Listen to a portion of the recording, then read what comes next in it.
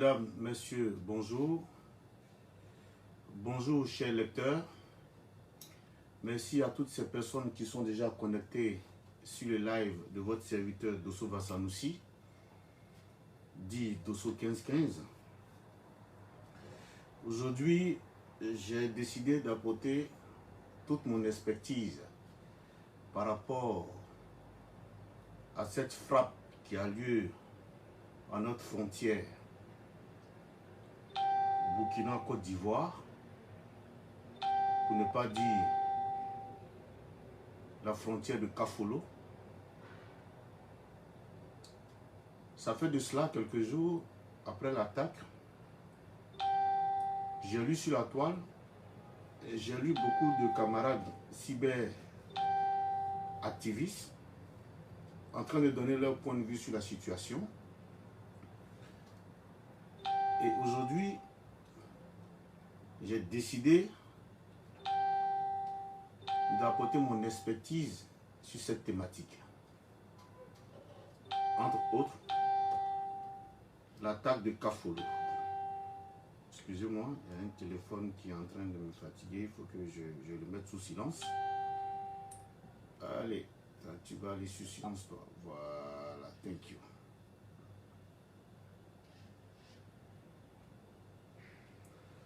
Donc, aujourd'hui, j'ai décidé de vous apporter ma réflexion sur cette attaque de la ville de Kafolo. Mais voyez-vous, quand on est en communication, il faut savoir de quoi est-ce que nous parlons, c'est important. C'est ce que j'ai tout le temps expliqué aux uns aux autres. Le cyberactivisme, c'est un métier. Je ne sais pas si c'est parce que nous sommes un pays en voie de développement qu'on ne tient pas compte du métier du cyberactivisme, que chacun monte sur la toile, essayer de dire n'importe quoi. Le cyberactiviste, un cyberactiviste, c'est celui-là même qui est là pour éclairer les esprits. Entre autres, je pourrais comparer le cyberactiviste à un homme de Dieu. Ça peut être un imam, ça peut être un évêque, ça peut être un homme de Dieu, même un président de la République, pour ne pas dire un leader de parti, un leader d'opinion. C'est ça le cyberactivisme. Je comprends que dans notre pays, la Côte d'Ivoire, il y a ce que moi j'ai appelé des guerres de clans politiques. Je suis mieux placé pour vous dire qu'effectivement, je comprends que dans notre pays, la Côte d'Ivoire, il y a ce qu'on appelle les guerres d'obédience politique.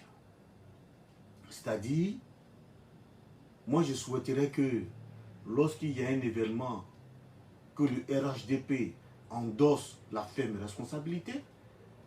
Aussi, je souhaiterais que, à chaque fois qu'il y a un événement, que le FPI, parce que je ne suis pas militant de ce parti, endosse la pleine responsabilité. Ainsi de suite. Ça pourrait même passer par le GPS, par le PDCI, par l'IDPCI, par le MFA, par tous les partis politiques, pour ne pas dire, par toutes les obédiences politiques que notre pays regorge politiquement.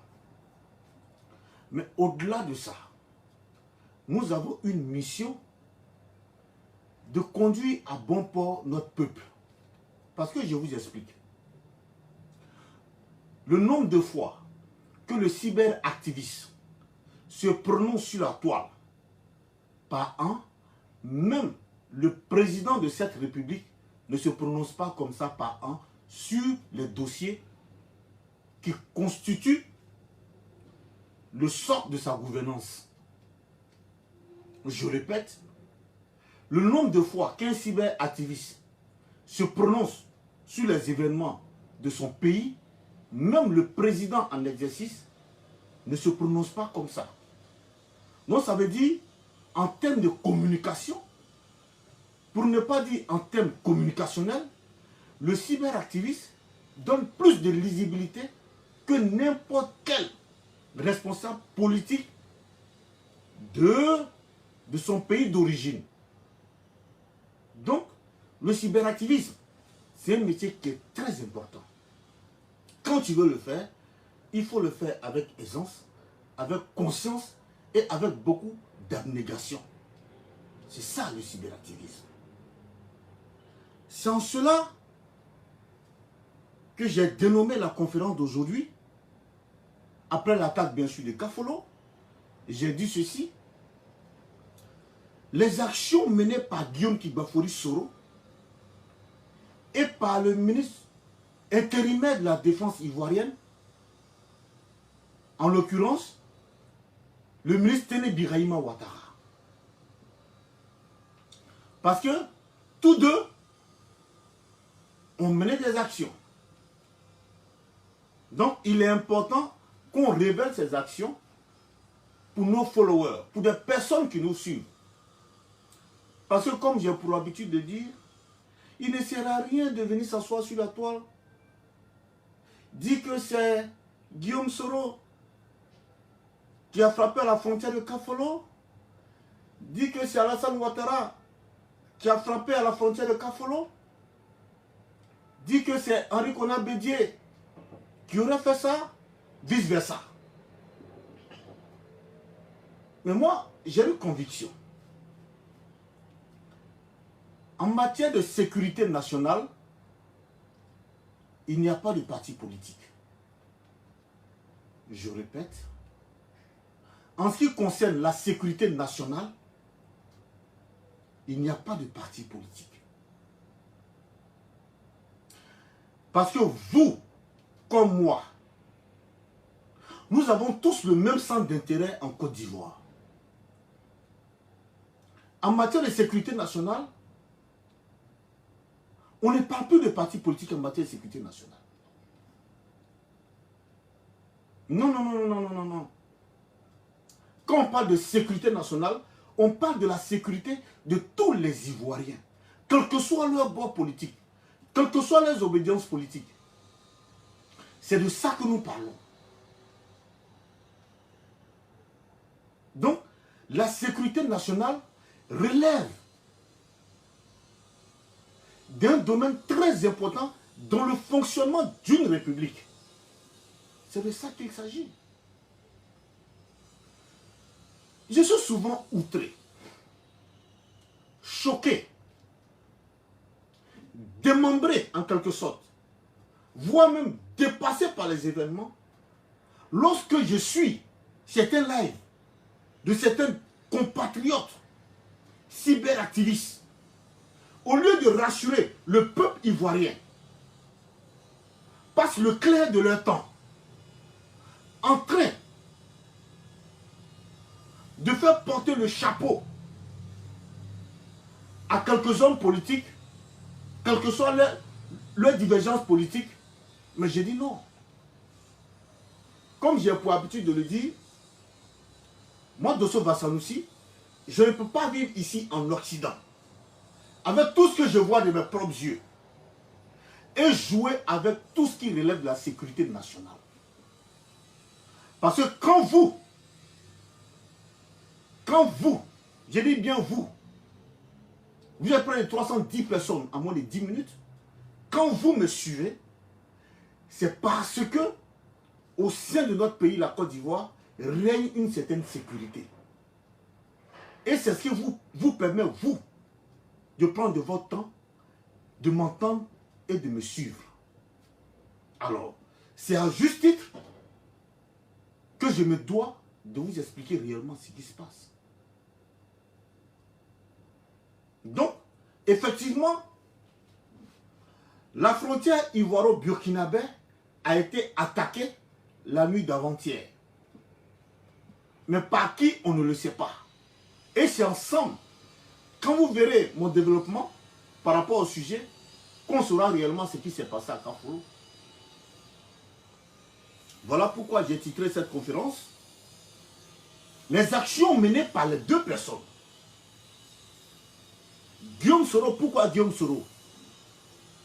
Parce que j'ai entendu beaucoup de personnes en train de nous dire non, Soro Guillaume, c'est celui-là même qui a orchestré l'attaque d'avant-hier à Kafolo. J'ai entendu aussi d'autres personnes nous dire que Alassane Ouattara serait passé par son jeune frère Téné Birahima Ouattara pour organiser cette attaque au niveau de Kafolo. D'où je vais vous donner ma réflexion par rapport à la thématique. Alors, donc j'ai dit ceci. Nous allons voir l'action menée par ces deux personnes. Avant de rentrer dans le vif du sujet, je me dois de vous expliquer dans un premier temps Kafolo. Kafolo, c'est quoi? C'est un villageois. C'est une villois. C'est quoi au juste? C'est par ça que commence la thématique. Est-ce que Kafolo c'est une ville?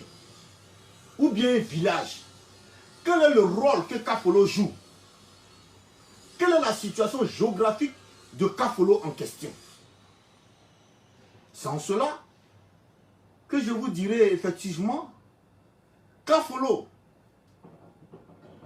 c'est une ville frontalière, c'est un checkpoint comme on dit chez nous, c'est un checkpoint entre le Burkina, la Côte d'Ivoire et la Guinée. Je ne pense pas qu'un cyberactiviste puisse faire un peu cette démonstration. Kafolo, c'est une ville entre, c'est un checkpoint en quelque sorte, entre la Côte d'Ivoire, le Burkina Faso et la Guinée-Conakry. C'est-à-dire Kafolo, c'est une zone de transit en quelque sorte, c'est une zone de transit. Et le Ghana, excusez-moi un peu, et le Ghana. Et le Ghana. En fait, c'est une zone de transit. Kafolo, c'est une zone de transit. Voyez-vous, par expérience, lorsque j'étais encore en Côte d'Ivoire, j'ai eu à effectuer une mission à Kafolo. Et à l'époque, on avait eu pour information que toutes les voitures qui étaient, comme on appelle, volées, en quelque sorte, au niveau de la Côte d'Ivoire, passaient par Kafolo, soit pour entrer en Guinée, au Mali ou au Ghana. C'est-à-dire toutes les voitures à l'époque qui étaient volées en Côte d'Ivoire, ou au Ghana, au Burkina ou au Mali, en tout cas, il fallait forcément passer par Kafolo pour pouvoir rentrer dans ces pays frontaliers. C'est-à-dire, quelqu'un qui vole une voiture en Abidjan ne peut pas passer, quand il veut venir en Guinée, il ne pourra pas passer par la frontière de Sipilou pour aller en Guinée. Il ne pourra pas passer par la frontière du Mali, Tchefenzo, pour entrer au Mali. Mais le coin le plus idéal pour cette personne, serait de passer par Kafolo. Parce qu'une fois à Kafolo, on ne sait pas où est-ce que tu es parti. Mais quand tu passes par Sipilou, on saura effectivement que tu es rentré en Guinée. Mais quand tu passes par Tchefenzo, on saura effectivement que tu es rentré au Mali. Mais quand tu passes par la Leraba, on saura effectivement que tu es rentré au Burkina. Voilà Kafolo. C'est-à-dire, Kafolo, c'est une zone d'ombre. C'est-à-dire, quand tu passes par Kafolo, il sera difficile pour des enquêteurs de pouvoir te repérer. Parce que c'est comme si tu te retrouvais dans un grand carrefour où tu as des champs, où tu as des options d'aller soit au Ghana, au Mali ou au Burkina ou en Guinée, où tu as des options, mais l'enquêteur ne saura pas réellement où est-ce que tu es parti. Par contre, quand tu passes par Sipilou, on saurait effectivement que tu es rentré par Kafolo, par la Guinée. Mais quand tu passes par la Leraba, on saurait effectivement que tu es rentré au Burkina. Quand tu passes par Tchefenzo, automatiquement, on saura que tu es rentré au Mali. Donc, d'où ce qui fait de Kafolo une zone prisée par les mercenaires. Ce qui fait de Kafolo une zone prisée des mercenaires. En fait, quelle que soit leur mission, quel que soit, comment on appelle, le mercenariat dans lequel ils opèrent, mais ils souhaiteraient passer par Kafolo pour brouiller les pistes en quelque sorte. Voilà pourquoi Kafolo devient une zone prisée par les mercenaires. Pour étayer encore mes propos, pour vous dire effectivement que ce que je pense de Kafolo est une réalité par rapport à ma pensée sur le désert nigérien, c'est la même géographie. Le djihadiste qui se trouve dans le désert à partir du Niger, après le Niger, est plus à l'aise de la manière dont ce djihadiste est à l'aise. Le mercenaire qui se trouve à Kafolo est à l'aise. Pourquoi? Parce que quand il s'agira de le repérer, le djihadiste en quelque sorte, dans le désert du Niger, parce que ça s'étend, le désert du Niger s'étend jusqu'à en Libye, on ne saura pas réellement où est-ce qu'on pourrait l'épingler. Donc on pourrait en quelque sorte comparer le désert du Niger à Kafolo, mais la différence c'est qu'à Kafolo, nous sommes dans une zone, comment on appelle, dans une zone de bushman. Par contre, dans le désert, nous avons affaire uniquement qu'au Sahara. Ceci m'amène à ouvrir une parenthèse sur cette histoire de bushman. Parce que souvent j'entends certains se plaindre en Côte d'Ivoire qu'on les traite de bushmani. Bushmani.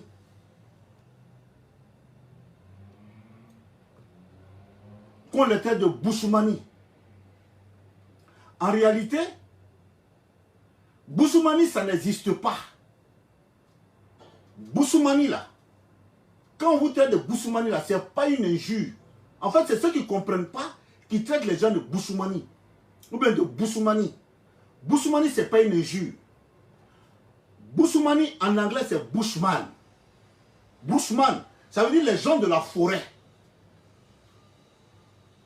Les gens de la forêt, c'est ce que ça veut dire. Il n'y a pas une autre appellation. En fait, les gens qui vivent du côté de la forêt, c'est comme en Côte d'Ivoire. On sait qu'à partir de l'ouest, il y a la forêt. Au nord, c'est la savane. Donc, ceux qui sont dans la forêt, on les appelle les bushman, c'est tout. Maintenant, il y a certaines personnes qui ont transformé cela pour dire bushmani. Bushmani, c'est quoi? Bushmani, c'est des populations qui vivent en zone forestière. Ce sont ces populations-là qu'on appelle les bushman en anglais. Maintenant, c'est ça, nos parents ont transformé. Ils pensent que c'est un jus. Bushmani, là, c'est pas un jus. Ça veut dire que les gens qui vivent en zone forestière, c'est ceux-là qu'on appelle bushmani. C'est comme aujourd'hui, quand tu arrives en Guinée, il y a la Guinée forestière. Ceux qui habitent, les habitants de la Guinée forestière, on pourrait les appeler les bushman. Donc, rassurez-vous, ce n'est pas une injure. Quand on dit bushman, ce n'est pas une injure. C'est des gens qui habitent dans la forêt. En fait, c'est des habitants de la zone forestière qu'on appelle les bushman. Ça ne veut pas dire que c'est quelqu'un qui ne prie pas ou bien qui ne croit pas en Dieu. Nous, on a tout catégorisé, on a tout mis sur, comme on appelle, sur les injures. On a essayé d'expliquer ça autrement aux gens. Sinon, en réalité, un bushman, c'est quelqu'un qui vit, c'est quelqu'un de la forêt. Voilà, c'est quelqu'un de la forêt qui vit. C'est ceux-là qu'on appelle les bushman. Donc, ceci étant, c'était juste une parenthèse, nous allons continuer notre conférence. Donc, je disais ceci. Quel est le rôle que Guillaume Soro a joué? C'est ça. C'est de ça que nous parlons maintenant. Quel est le rôle joué par Soro Guillaume dans cette attaque de Kafolo? Et quel est le rôle joué par Tene Birahima Ouattara, le ministre intérimaire de la Défense après le décès de mon mentor, Ahmed Bakayoko? Quels sont les rôles que chacun a pu jouer? J'entends d'autres personnes nous dire que Soro Guillaume était celui-là même qui aurait envoyé des mercenaires pour aller attaquer l'armée ivoirienne à Kafolo. Mais je vais vous dire, je vais vous demander tout simplement de changer de verbe, de changer de fusil d'épaule. Parce que là, il s'agit de sécurité nationale. Là, il s'agit de notre sécurité nationale. C'est de ça qu'il s'agit. Je peux ne pas supporter le pouvoir RHDP. Mais à partir du moment qu'on parle de sécurité nationale, en tant qu'Ivoirien, je me dois de protéger la Côte d'Ivoire.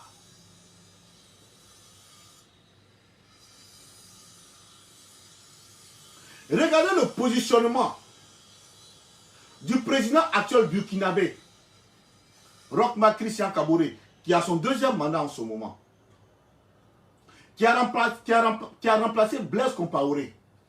Parce que ne venez pas dire des choses sur la toile que vous ne maîtrisez pas.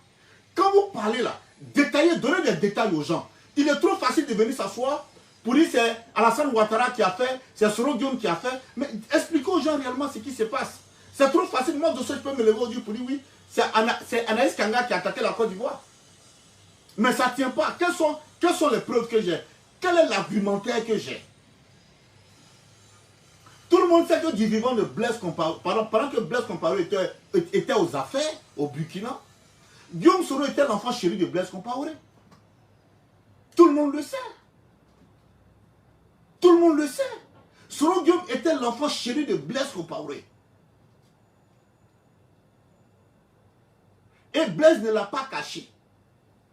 Parce que tout le monde sait que la rébellion qu'a dirigé Soro Guillaume tirait sa source depuis le Burkina Faso, de chez Blaise Compaoré.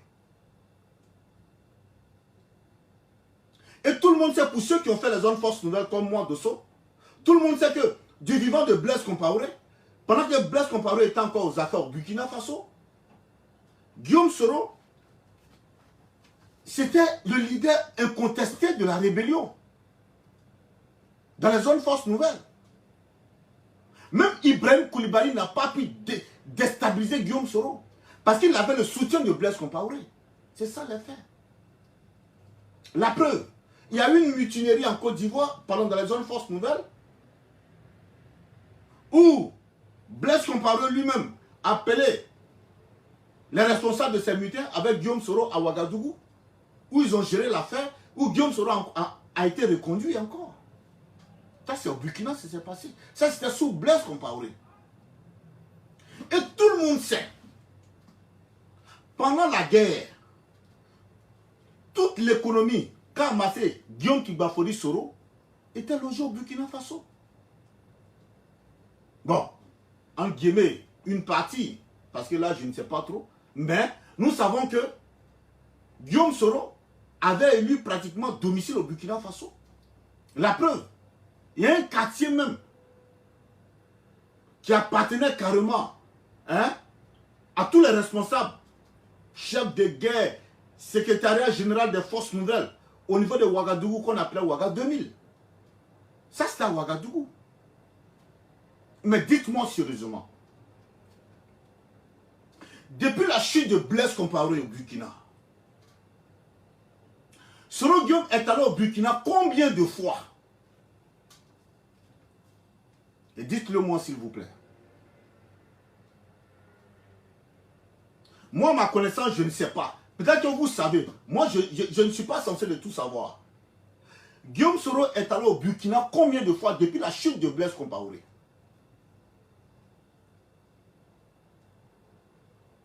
Paix à l'âme de mon mentor, Ahmed Bakayoko. Ahmed Bakayoko était en étroite collaboration avec l'actuel président burkinabé, Roch-Marc Christian Kaboré.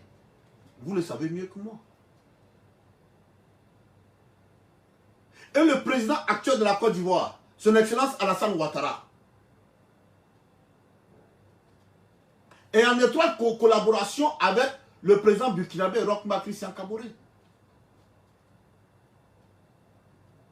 Parce qu'il est temps qu'on soit lucide. Il ne sert à rien de venir inculper les gens, accuser les gens pour rien, à tort et à travers. Moi, en tout cas, à ma connaissance, je n'ai pas encore vu Soro Guillaume dans ces zones-là, au Burkina, depuis la chute de Blaise Compaoré. La preuve, il y a des audios qui surabondent, où on entend Soro Guillaume. La voix de Soro Guillaume dit effectivement qu'il a des comptes à régler avec certains élus burkinabés. Pourtant, ceux-là, à l'heure où je vous parle, hein, c'est des tenants du pouvoir de Roch-Marc Christian Kabore au Burkina. Mais vous pensez que lorsque Soro Guillaume met pied au Burkina Faso, il sera lâché par les siens? Ou bien il sera toléré par ses siens, par les siens? Non, il faut qu'à un moment donné, il faut qu'on travaille un peu notre tête. C'est important. À un moment donné, il faut qu'on travaille un peu la tête. Il faut qu'on arrive à se poser les vraies questions. C'est vrai que je comprends que nous sommes en guerre de communication, mais à ce qu'il sache ça, Guillaume Soro n'est pas le président de la Côte d'Ivoire. Le président de la Côte d'Ivoire, c'est son excellence le président Alassane Ouattara. Et en Côte d'Ivoire, il y a beaucoup d'opposants, au même titre que Guillaume Soro. Et il y a des opposants, comme le président Aimé Henri Konan Bédié, comme le président Pascal Affi-N'Guessan, comme le président Albert Babi Touakeuse, qui sont en Côte d'Ivoire. Mais pourquoi ne pas parler d'eux? Parce que c'est que vous ne savez pas. C'est comme ça son excellence Alassane Ouattara a été traqué dans sa chair, au point où Alassane Ouattara est devenu le leader incontesté de l'opposition ivoirienne. Sinon, avant Alassane Ouattara, on avait le président Laurent Gbagbo, qui était le tout premier opposant de Feu Félix Houphouët-Boigny, avant Alassane Ouattara. Mais pourquoi Alassane Ouattara est devenu le leader de l'opposition ivoirienne? À force de lui coller les choses sur le dos. À force de lui en mettre plein les vues. À force de lui coller les choses sur le dos. Ça fait de Ouattara le leader incontesté de l'opposition ivoirienne. Et malheureusement, c'est à ça qu'on assiste aujourd'hui. Sans nous en rendre compte, nous sommes en train de faire de Soro Guillaume le leader incontesté de l'opposition ivoirienne. Et voilà ce qui a permis à l'Occident de prendre l'opposant Alassane Ouattara sous leurs ailes. Voilà. Parce qu'il a communiqué, il a communiqué. Tu ne sais pas communiquer, ferme-la. Et on passe à autre chose. Donc pour moi, Dosso, quand je me base sur le fait que Guillaume Soro aujourd'hui n'a pas d'attache au niveau du Burkina, Guillaume Soro n'a pas d'attache au niveau du Ghana, parce que vous savez, hein, lorsque le jet de Guillaume Soro qui devait l'envoyer en Côte d'Ivoire à l'époque a été dérouté, c'est au Ghana que le jet allait se poser. Et le président ghanéen ne voulait pas recevoir Guillaume Soro. Donc son jet était obligé de faire demi-tour de l'Espagne pour que Guillaume Soro puisse rentrer en France. Donc ça veut dire qu'au niveau du Burkina, il n'a pas d'attache. Au niveau du Ghana, il n'a pas d'attache. Mais à ce qu'il sache, Guillaume Soro n'est jamais allé au Burkina, en Guinée-Conakry.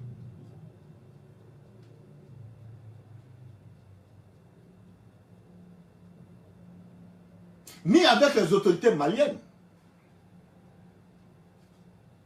Mais en quoi est-ce que ce Guillaume Soro pourra payer des mercenaires et venir faire un coup en Côte d'Ivoire? C'est vrai, je comprends qu'il y a certains cyberactivistes qui cherchent à manger, c'est vrai. Il faut raconter beaucoup de choses pour qu'ils aient leur pitance, parce qu'eux, ils vivent de ça en réalité. Donc pour moi, Dosso, après analyse, quand je me base sur ces différents faits bien sûr que je viens de numérer, Guillaume Soro n'a pas d'attache dans ces pays-là. Alors que pour pouvoir faire ce genre de choses, il faut avoir des attaches. Il n'en a pas. Que ce soit au Burkina, que ce soit au Ghana, que ce soit en Guinée, il n'a pas d'attache. Puisque le président guinéen, Alpha Condé, est l'ami intime du président Alassane Ouattara. Alpha Condé, qui va pour un troisième mandat, n'acceptera pas d'héberger des mercenaires sur son territoire pour attaquer la Côte d'Ivoire. Je ne pense pas. Parce que lui, il sait qu'en faisant ça, ces mêmes mercenaires peuvent se retourner contre lui. Parce que dans un coin de sa tête, il se dira que lui et Pierre Alassane Ouattara sont dans la même posture. Réfléchissez un peu quand vous venez débattre sur certaines thématiques. Réfléchissez un peu. Donc pour moi, cette attaque, c'est une attaque terroriste. Oui, oui. C'est une attaque terroriste. Maintenant, quel est le rôle que Téné Birahima a joué dans cette attaque terroriste? Donc, là, on vient de finir avec le rôle de Guillaume Soro. Pour moi, quand je me base sur les différentes attaches que je viens de vous énumérer, Guillaume Soro, à partir de ce qu'il vient de dire, pour moi, Dosso, il ne peut pas, il n'a même pas de contact là-bas dans ce milieu. Ben, tout est bouclé, géré, calé, comme l'a dit mon mentor Feu Ahmed Bakayoko. À ce niveau, tout est bouclé. Donc pour moi, j'estime que c'est une attaque terroriste.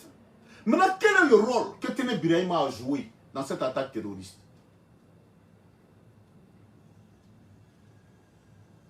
Ok. Je pense qu'au sortir de cette conférence, pour des personnes qui sont intelligentes, vont comprendre réellement de quoi s'agit-il. Quel est le rôle joué par Téné Birahima Ouattara?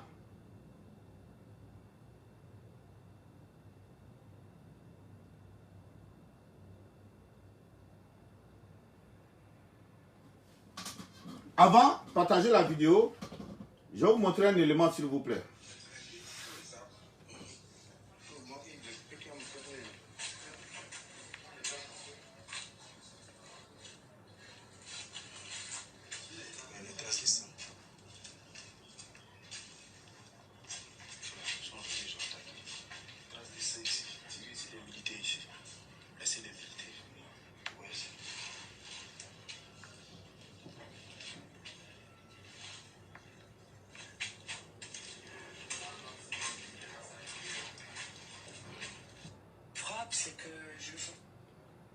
Je reprends pour que vous voyez bien.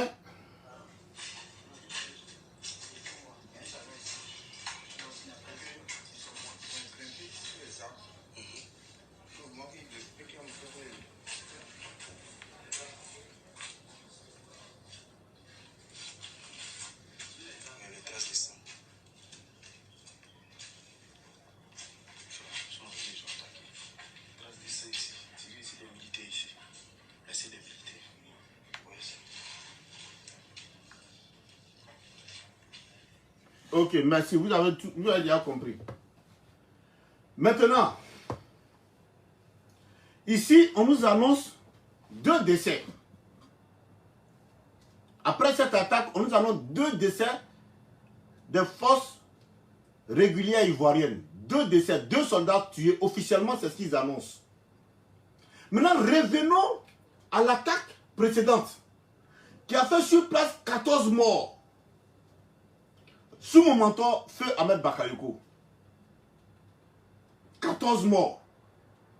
Et là, une attaque encore plus sanglante que celle qu'a subi le pouvoir, la dirigeante d'Ahmed Bakayoko, qui a fait 14 morts, parce que cette attaque, elle a été très sanglante. Mais là, on révèle 2 morts. Mais en termes de bilan,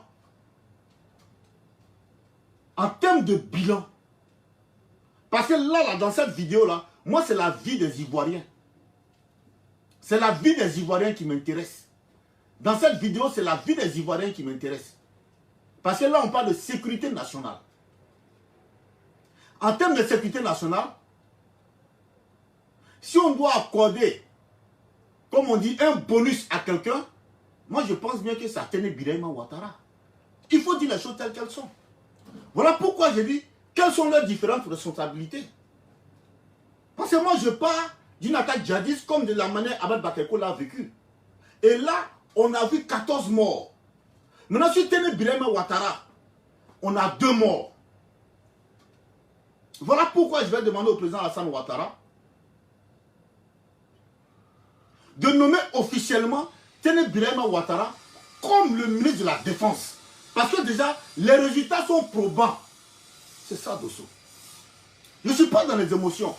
Parce que là, on parle de sécurité nationale. On ne parle pas de partis politiques.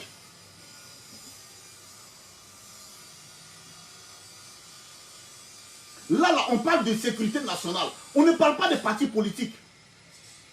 Oui, oui. Vous qui me suivez, moi, vous me regardez là. Si aujourd'hui ça ne va pas en Côte d'Ivoire, vous n'allez pas prendre votre temps venir me regarder. Qui va prendre son temps venir me regarder? C'est parce que c'est bon que vous me regardez. Si on y est en ce moment, les djihadistes sont rentrés. Ils ont commencé à tuer nos parents en Korogo. Et ils ont commencé à prendre des villes. Vous allez venir me regarder encore? Vous allez venir me regarder encore? C'est parce que c'est froid que vous me regardez. Donc là, moi, ma vidéo d'aujourd'hui, là, je parle de sécurité nationale. Je m'en fous de celui qui est au pouvoir. Est-ce qu'il a assuré? Oui, il a assuré. La première attaque, on a eu 14 morts. En tant que ministre intérimaire de la Défense, déjà, on a 2 morts. Et beaucoup de prisonniers. Alors que la dernière fois, on a eu 14 morts, mais pas de prisonniers. Mais là, 2 morts, beaucoup de prisonniers. Mais bravo Athénée. Bravo Athénée. C'est de ça qu'on parle. Ça, ce n'est pas une question politique. Donc, tous ceux qui ont traité ce problème-là politiquement, ils n'aiment pas la Côte d'Ivoire. Ils ont échoué. Que ce soit l'opposition ou les cyberactivistes, les cybercriminels du parti au pouvoir qui ont traité ce problème-là politiquement, ils n'aiment pas la Côte d'Ivoire. Vous n'aimez pas la Côte d'Ivoire. Que ce soit les opposants qui ont accusé le pouvoir ou le pouvoir qui a accusé l'opposition sur la toile, vous n'avez rien compris. Là, on parle de sécurité nationale. Là, nous parlons de sécurité nationale. Nationale. Peut-être que vous ne savez pas de quoi vous parlez. Ici en Europe, la sécurité, on ne joue pas avec. Le gouvernement investit plus dans la sécurité que n'importe quel domaine.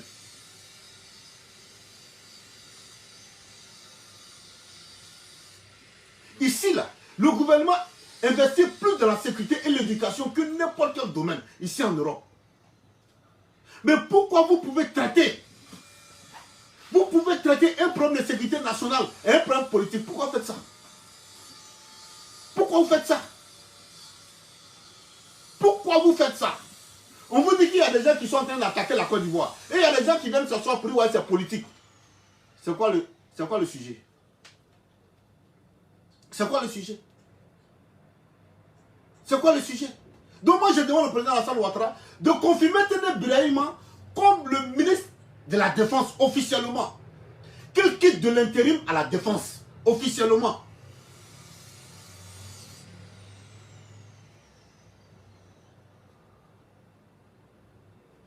C'est de ça qu'on parle. Et après on viendra régler nos problèmes en interne. Mais là on parle de sécurité nationale. Après, on viendra, on dit, Téné Birahima, c'est le petit frère d'Alassane Ouattara, ou bien c'est son fils, on viendra dire ça. Mais pour l'heure, ce qui nous intéresse là, c'est la sécurité nationale. La sécurité de la Côte d'Ivoire. Donc pour moi, Téné Birahima peut occuper valablement ce poste-là après mon mentor Ahmed Bakayoko. C'est de ça qu'on parle. Donc, qu'on arrête d'accuser Guillaume Soro, parce que tout à l'heure, j'ai démontré que Guillaume Soro n'avait pas d'acquaintance dans ces différentes zones frontalières de la Côte d'Ivoire. Et en même temps, excusez-moi, allô? Oui? Bonjour? C'est qui? Oui, bonjour? Nouvelle? Oui? D'accord, ok. Monsieur Marc, ne quittez pas, je vais vous passer, vous allez intervenir.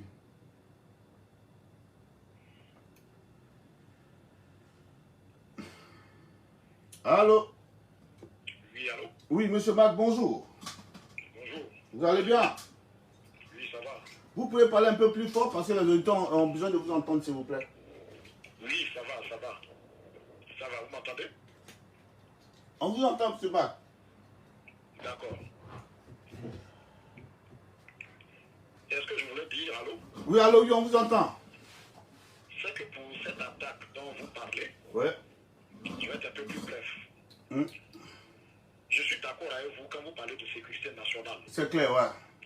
Je suis extrêmement d'accord avec vous. Merci beaucoup, merci. Kafouron n'est qu'une petite circonscription, c'est un village. Oui, un village, oui. moi je connais bien Kafolo. Oui. Quand on vient du Burkina, vous savez, moi j'ai tendance à ne pas trop parler à ceux qui ne connaissent même pas leur pays, la Côte d'Ivoire, Oui. ni même la sous-région, qui ont passé peut-être 30 ans, 50 ans ici dans ce pays-là, Oui. et aujourd'hui ça donne à des gratuités de Wi-Fi pour raconter leur vie sur les réseaux sociaux. Merci beaucoup. Moi ça passe pas à moi. Ouais. Il faut qu'on soit clair. Ouais. Quand on vient du Burkina, on passe par Banfora. Banfora, oui. Dès qu'on arrive à Banfora, Oui. on trouve le premier corridor des Burkinabés. Oui. Après le corridor des Burkinabés, on vient vers la frontière ivoirienne. Oui. Avant la frontière ivoirienne, vous allez remarquer que les cars vont garer. Oui. Et quand les cars garent, vous allez voir tout de suite des gens en moto qui vont venir, Oui. qui vont récupérer certaines personnes dans le car, Oui. qui vont détourner. Et quand ils détournent, ils passent par Kafolo. Oui. Je vous le dis aujourd'hui. Donc c'est une zone de transit en fait. C'est une zone de transit. Je connais. La Congo, elle n'est pas loin. Oui. La Congo est juste à côté. D'accord. Passe même à Kafolo, la Congo. Oui. C'est pas loin, avec la frontière ghanéenne. Oui. C'est là que les gens passent, ils détournent le corridor de Côte d'Ivoire, Oui. et ils rentrent directement en Côte d'Ivoire pour venir attendre le car. Il va rentrer, qui va traverser Wangolo. Donc c'est comme ça, ils vont rejoindre les cars.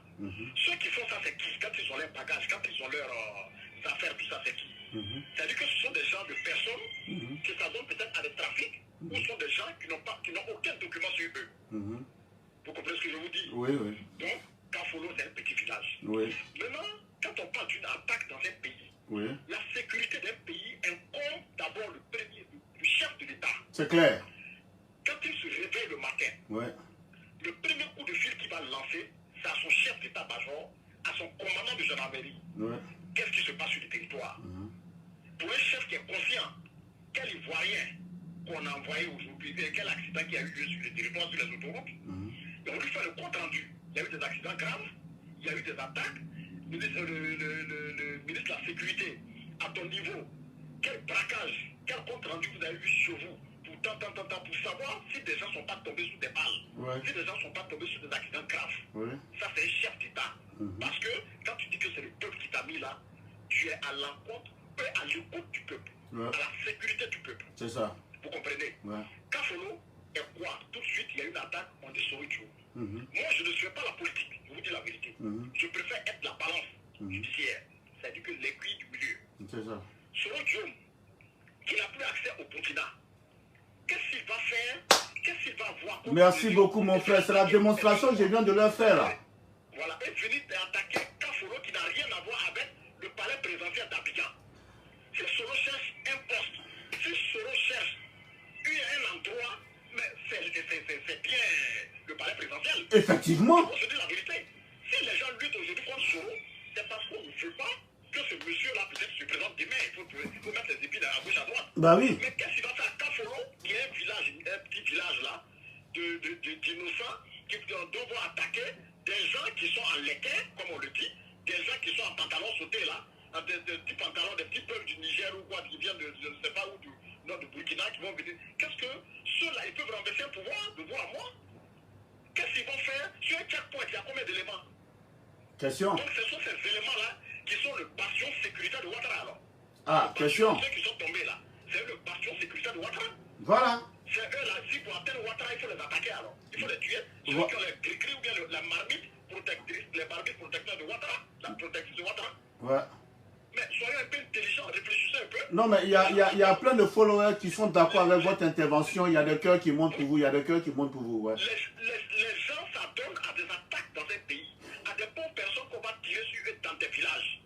Mais comprenons, les 10 personnes ou bien les 4 personnes de faction qu'on met là, eux quand on les tue, Ouattara est mort quoi.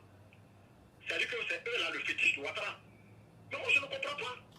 Voilà pourquoi tout à l'heure j'ai dit aux gens, il faut qu'on arrête de raconter n'importe quoi sur les réseaux. Le problème de sécurité d'un pays, ça n'a rien à voir, disons la vérité, à ce qui se passe dans les trucs politiques. Mais voilà pourquoi j'ai dit tout à l'heure, déjà, monsieur, si vous permettez, vous allez continuer, je ne vous coupe pas. Voilà pourquoi j'ai dit tout à l'heure, Tene Birahima Ouattara, en tant que ministre intérimaire de la Défense, parce que moi je parle de chiffres, là je ne parle pas de politique, je parle de chiffres. Vous comprenez? Oui. Première attaque Kafolo, on a eu 14 morts. Deuxième attaque, on nous annonce 2 morts officiellement. Donc, en tant que ministre intérimaire à la Défense, voilà pourquoi j'ai demandé encore au président Alassane Ouattara de confirmer Téné Birahima à la Défense. Voilà pourquoi j'ai dit ça. Moi, je ne parle pas de politique. Hein. Je parle de sécurité nationale. Oui. Je parle de sécurité nationale. Et pour moi, c'est une attaque djihadiste. Vous pouvez continuer. Ce que je veux compléter est que il faut qu'on soit clair, il faut qu'on soit réaliste. Ouais. Tant que nous ne demeurons pas dans la réalité, qui est la vérité, et que Dieu aime, parce que tout résultat viendra de Dieu. On ne peut pas mentir le jeudi et aller à la mosquée le vendredi. C'est clair. On ne peut pas mentir le samedi et aller à l'église le dimanche. On va faire quoi devant Dieu? Ouais. Mais on est comparable à Satan. C'est ça. Ensuite, la vérité. Ouais. Il y a eu une première attaque. Il y a eu plusieurs morts à Kafolo. Le chef de l'État devrait, c'est-à-dire en premier, se rendre d'abord sur le terrain, sur le lieu. Quand vous voyez aux États-Unis, quand il attaque dans un endroit, vous ne voyez pas que Donald Trump ou ce qu'on appelle les anciens présidents américains se déplaçaient. On est sur le lieu. Comment se fait-il que l'attaque a eu lieu? Ou bien quand il y a la violation de frontières, qu'est-ce qui se passe pour que les gens, il y ait violation de frontières? Donc, qu'est-ce qu'il faut faire? Il faut envoyer des ingénieurs, il faut envoyer des constructeurs sur le terrain de Kafolo pour voir comment est-ce qu'on peut construire un 4 points pour la sécurité d'abord des éléments qui sont là. Ça va commencer par eux, avant la sécurité des Ivoiriens qui se retrouvent sur le territoire. C'est clair. Voilà. Qu'est-ce qui a été fait? C'est les mêmes cabanes dans lesquelles ils tournaient. Mais le ministre, le soi-disant nouveau ministre de la Défense qui est arrivé, quand il est arrivé, la première des choses était de mettre sur sa table quels sont les endroits perméables en Côte d'Ivoire. Il y a eu Kafolo, endroit perméable. Vous comprenez? Il devait d'abord se rendre. Comment est-ce que ces éléments-là sont hébergés? Comment est-ce qu'ils dorment? Comment est-ce que leur checkpoint a été fait? Comment est-ce que qu'est-ce qui a été mis aux alentours à 50 mètres ou à 100 mètres autour d'eux pour empêcher que des infiltrés puissent traverser les forêts ou les pistes de nuit pour venir? On peut mettre sur ce terrain-là, champ interdit, terrain militaire, interdit de traverser, on minait les points discrètement et puis on attendait. La sécurité, quand on parle de sécurité, on ne parle pas d'un plat de riz, on ne parle pas d'un plat de frites, on ne parle pas d'un plat de temps. Il faut qu'on soit clair. Un bon chef de sécurité, un bon ministre de la Défense, tu te rends sur les lieux. Comment est-ce qu'il y a eu l'attaque ici? Il y a eu plus de 14 morts. Ok, la prochaine fois, voilà, monsieur le villageois qui est ici, à partir d'aujourd'hui, ici, c'est un terrain interdit. À partir de ce périmètre-là, voilà, personne ne doit traverser. Vous constatez là où il y a eu les infiltrés tout le temps, vous faites votre disposition normale. C'est comme ça que ça se passe. Vous prenez les enfants des gens, partez les déposer là-bas, les gens ils meurent, matin on envoie les cercueils à non, mais tu vois. Oui, mon frère. Allô, mon frère. Allô. Il est où là? Allô. Oui, allô, je t'entends. Hein? Ouais, tu m'entends? Ok. Maintenant, en fait, comme tout à l'heure je l'ai décrit, comme tu l'as si bien décrit, Kafolo c'est une zone frontalière. Vous comprenez? Oui. Moi, j'ai dit ce matin-là, je ne parle pas de parti politique. C'est clair. Je parle de sécurité nationale. Merci. Je m'en fous, même si c'est Obama qui est président de Côte d'Ivoire. Obama. Ou bien c'est le président de la Tanzanie qui est actuellement président de Côte d'Ivoire. Tant que moi, je suis ivoirien et que mes parents sont en Côte d'Ivoire, les Ivoiriens sont en Côte d'Ivoire, c'est ce que moi, Dosso, je défends au jour d'aujourd'hui, à l'heure où je vous parle. Vous comprenez? Voilà. Donc la sécurité nationale, là, il n'y a pas à faire de parti politique dedans. Je vais te dire une dernière phrase avant de raccrocher. Oui. Est que la sécurité nationale incombe de tous. Tout de suite, si une bombe tombe en Côte d'Ivoire, une bombe tombe du ciel, et qu'on vous dit c'est une bombe atomique, ça ne va pas trier qui est RDR, qui est RPI, qui est... Merci beaucoup mon frère, merci infiniment. Qui est quoi que ce soit. Vous comprenez? Ouais. Ceux-là, ils ont attaqué. Mais vous ne savez pas la prochaine fois, qu'est-ce qu'ils vont lancer en Côte d'Ivoire. La première fois, ça a eu des AK-47, ça a eu des Kalash. Ouais. Mais qu'est-ce qui prouve que la deuxième fois, ce n'est pas des LRM? Qu'est-ce qui prouve que la troisième fois, ce ne sera pas des missiles? Justement, c'est à juste titre que j'ai fait l'évaluation. Quand ça va tomber, ça ne va pas crier. Donc moi, ce que je vais te dire est que détachez-vous très souvent des gens qui veulent en faire des trucs politiques. C'est-à-dire que moi, je vous dis la vérité, je ne me réfère pas au petit gars qui a parti d'un petit fusil a eu un Ouattara à Abidjan là, lui pour dire si Ouattara n'est plus là, il perd son petit poste de chauffeur de Ouattara ou quoi que ce soit. Ça, c'est des propos qu'on appelle des propos de mangeoires. Ouais. C'est des mangeurs, c'est des picoreurs de mille, c'est des temps. Moi, je trouve que, allons dans la réalité des choses. Soyons clairs, il faut sécuriser notre pays. Pas sécuriser à son intérêt personnel. Et regardez le cortège d'Apalo. Pourquoi pas le même dispositif à Kafalo? Pourquoi pas le même dispositif à Kafalo? Ceux qui sont là, ce n'est pas des êtres humains. Voilà pourquoi on est sur la table pour décrire tous ces faits. Alors, mon cher, j'en ai fini. Vraiment, merci beaucoup. Votre intervention a été vraiment magistrale.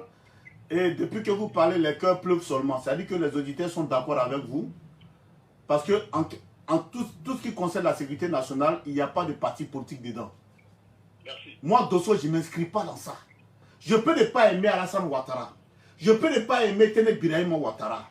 Mais à partir du moment que le bilan est moins par rapport à au bilan précédent, moi, je suis d'accord.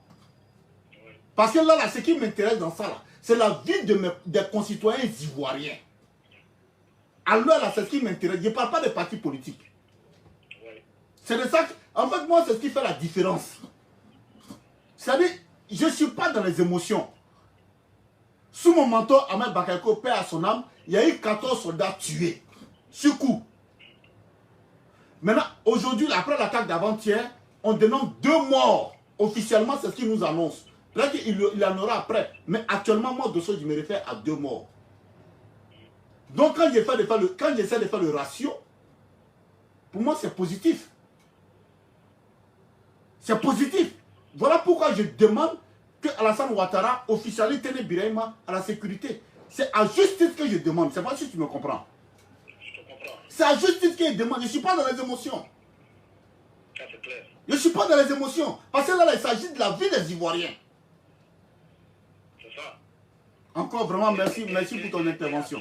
Et à dire aussi que ce sont ces genres d'émotions, ce sont ces genres de perception des choses qu'il faut que même les Ivoiriens à l'extérieur, ils sont divisés. C'est ça. Vous vous retrouvez ailleurs, il faut vous rassembler. Les divergences politiques, ça c'est autre chose. Ça n'a rien à voir avec l'amour que vous avez pour chacun de vous. Parce que l'amour que vous avez pour chacun de vous sera équivalent à l'amour que vous avez pour votre pays, pour la sécurisation de votre pays. Ce n'est pas parce que je me bats dans ma famille avec mes frères et sœurs que le voisin va quitter ailleurs pour venir faire du dans ma famille. Je suis désolé.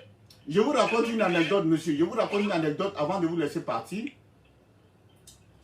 Si vous permettez, bien sûr, je peux? Oui, allez-y, allez-y. Regardez un truc vraiment inimaginable. La commune d'Odiéné, c'est-à-dire que quand on fait le recensement des Ivoiriens pour l'élection, là, la commune d'Odiéné, c'est-à-dire que le département du Denguélé, oui. Il y a 19 000 votants pour le département du Denguélé. C'est-à-dire qu'Odiéné, commune Odiéné sous-préfecture, ça fait 19 000 votants. C'est-à-dire qu'il y a 19 000 personnes qui votent pour élire soit le maire, les députés à Odiéné. Vous comprenez? Oui. Mais le département de Denguélé, quand il s'agit de mettre des députés à notre hémicycle à l'Assemblée nationale, le département seul d'Odiéné qui fait 19 000 votants donne 2 députés pour notre hémicycle, pour notre Assemblée nationale. Je ne vous parle même pas de la région du Kabadougou, hein, parce qu'il y a la région du Kabadougou et il y a le département du Denguélé. Maintenant, quand je viens ici en Occident, à Paris, en France, ici en France, là, les Ivoiriens de France, là, quelles que soient leurs obédiences politiques, là, on fait 37 000 électeurs sur la liste électorale. Vous me comprenez? Oui. Nous faisons 37 000 électeurs sur la liste électorale. Oui. Mais on n'a aucun député à l'Assemblée nationale. On n'a aucun. Oui. Là où on fait 19 000 là, ils ont 2 députés. Odiéné commune, Odiéné sous-préfecture. Nous là, on fait 37 000, mais on n'a aucun. Tout simplement parce qu'on ne s'entend pas. On a tout mélangé. On a mélangé politique et un parti politique avec gouvernement. Alors que le président vient d'être élu. Tout ce qu'on peut faire en ce moment-là, c'est de nous mettre ensemble, créer une bonne société civile de la France pour pouvoir revendiquer nos droits. Mais chacun dans sa chapelle politique. Les Soroïs sont dans leur coin. Les Gbagboïs sont dans leur coin. Les PDCI sont dans leur coin. Le RHDP, nous on est dans nos coins. Personne ne va approcher l'autre. Pourtant, Alassane Ouattara est au pouvoir. Mais lorsque Alassane Ouattara viendra en France ici, il faut une société civile en face d'Alassane Ouattara pour lui dire les problèmes que nous vivons ici. Là, c'est plus politique là. Là, on s'adresse au président de la République. Ça, c'est clair. Voilà pourquoi je profite de ce live. Je demande à toutes les obédiences politiques qu'on se rencontre pour pouvoir choisir un leader de la société civile ivoirienne ici en France. Ça, ce n'est pas parti politique. Ça, c'est la société civile ivoirienne de la diaspora. Qu'on puisse choisir un leader qui va parler de nos problèmes lorsque le président de la République sera en visite privée ici à Paris. Parce que quand il va venir là, il ne va pas recevoir les gens de, comment on appelle, de son obédience politique. Il va recevoir la jeunesse française, la société civile française dans toute sa composante. Il faut un leader, il faut un bureau pour pouvoir dire au président Alassane Ouattara quels sont nos problèmes. On pourra entre autres parler de la voiture, on pourra parler, comment on appelle, du passeport, il y a beaucoup de choses. Mais à un moment donné, il faut qu'on mette de côté nos appartenances politiques et puis faire face aux problèmes réels que nous vivons ici dans la diaspora. Vous comprenez? Oui. Quand je prends le cas des Sénégalais, les Sénégalais ont 2 députés de la diaspora qui siègent à l'hémicycle sénégalais à Dakar. Oui. C'est-à-dire qu'il y a 2 députés ici de la diaspora qui viennent de la diaspora, qui sont députés à l'hémicycle sénégalais. C'est ceux-là qui parlent des problèmes sénégalais.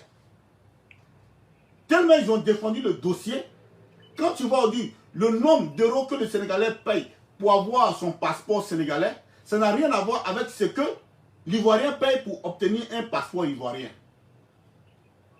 Mais c'est parce qu'ils ont des députés à l'hémicycle sénégalais, à l'hémicycle à Dakar. Donc tout ceci pour dire que... Pourtant, ils ont des divergences politiques. Merci beaucoup. Il y en a qui sont Ouad, il y en a qui sont Macky Sall, il y en a qui sont autres personnes. Mais là, on parle de l'intérêt. L'intérêt de la diaspora. Donc je profite de là pour lancer un message à toutes les obédiences politiques. On a fini élection présidentielle, Ouattara est élu. On a fini députation, on connaît le nombre de députés. Maintenant, il est temps qu'on s'organise pour qu'on puisse dire le jour où le président Alassane Ouattara est en visite officielle à Paris, qu'on puisse lui dire réellement quels sont nos problèmes. C'est mieux. Oui. Voilà un peu mon frère, merci infiniment, merci de ta participation. Ok, il n'y a pas de problème. Tu as un dernier mot à ajouter? Je t'ai compris, oui. Moi, ce que je vais demander, c'est qu'il faudrait qu'on fuit l'amour de l'argent pour nous octroyer à l'amour de notre pays. Merci beaucoup. Ahmed Bakayoko venait ici en France. Moi, je ne suis pas pro-Ahmed. Mais il suffit qu'il rentre dans un maquis ivoirien. Quand il donnait l'argent, il ne demandait pas qui était RHDP. Tout le monde prenait. Merci. Tout le monde buvait. Et chacun rentrait chez lui. Voilà. Donc, il faut qu'on soit clair. Merci, j'en ai fini. Allez, merci beaucoup, merci infiniment, merci. Au revoir. Donc voilà un peu, mesdames, messieurs, c'était un intervenant. Actuellement, moi, de ça, je ne parle pas de politique, je parle de sécurité nationale. Je m'en fous qui est Téné Birahima, excusez-moi, mais c'est la vérité. Mais en ce moment, c'est lui qui est en charge de notre défense. Quand je fais le bilan, il n'y a pas mauvaise attaque, il n'y a pas bonne attaque. Il y a eu attaque sous mon mentor Ahmed Bakayoko, il y a eu 14 morts. Il y a eu attaque sous Téné Birahima Ouattara, il y a eu 2 morts. Et avec beaucoup de djihadistes. Donc, c'est à justice qu'il demande au président Alassane Ouattara de reconduire Téné Birahima Ouattara. De le nommer officiellement comme ministre de la Défense. Parce que moi, c'est les chiffres que je regarde. Je ne regarde pas son nom, je ne regarde pas sa tête. C'est les chiffres, moi, je regarde à l'heure où je vous parle. Parce que j'ai besoin de sécurité dans ma Côte d'Ivoire.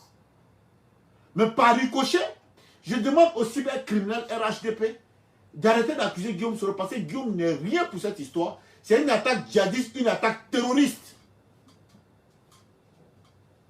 C'est une attaque djihadiste, une attaque terroriste. Donc ça n'a rien à voir avec vos histoires politiques là. Si vous voulez chercher votre argent, cherchez, mangez, puis fermez votre gueule, vos goins. Fermez-les. Fermez-la. Parce que là aujourd'hui on parle de sécurité nationale. Je comprends que vous n'en avez rien à foutre. Ce qui vous intéresse là, c'est le pécule. Ce qu'on va vous donner comme pécule là, c'est ce qui vous intéresse. Mais là, la mort d'Osso n'est pas de sécurité nationale. Et ça justifie qu'elle demande au président Alassane Ouattara d'officialiser Téné Birahima Ouattara comme ministre de la Défense pour la sécurité des Ivoiriens. Point. Maintenant, après, on pourra parler d'autres choses. Mais pour l'instant, quand je fais le bilan, 14 plus 2, il faut qu'on confirme rapidement Téné Birahima Ouattara pour que vraiment il puisse sécuriser la Côte d'Ivoire. Point. Maintenant, après, je l'aime ou je l'aime pas, ça, c'est mon obédience politique, on pourra parler ça après. Mais pour le moment, là, parce que le gouvernement passe, mais la Côte d'Ivoire reste. Pour le moment, c'est Téné Birahima Ouattara, hein, qui a fait 2 morts par rapport à 14 morts. Donc, je demande au président Alassane Ouattara de confirmer Téné Birahima Ouattara vite fait. Voilà un peu, mesdames, messieurs. Donc, je reprends la thématique du jour. J'ai dit ceci. Pour ceux qui ne savent pas, j'ai dit ceci. Excusez-moi.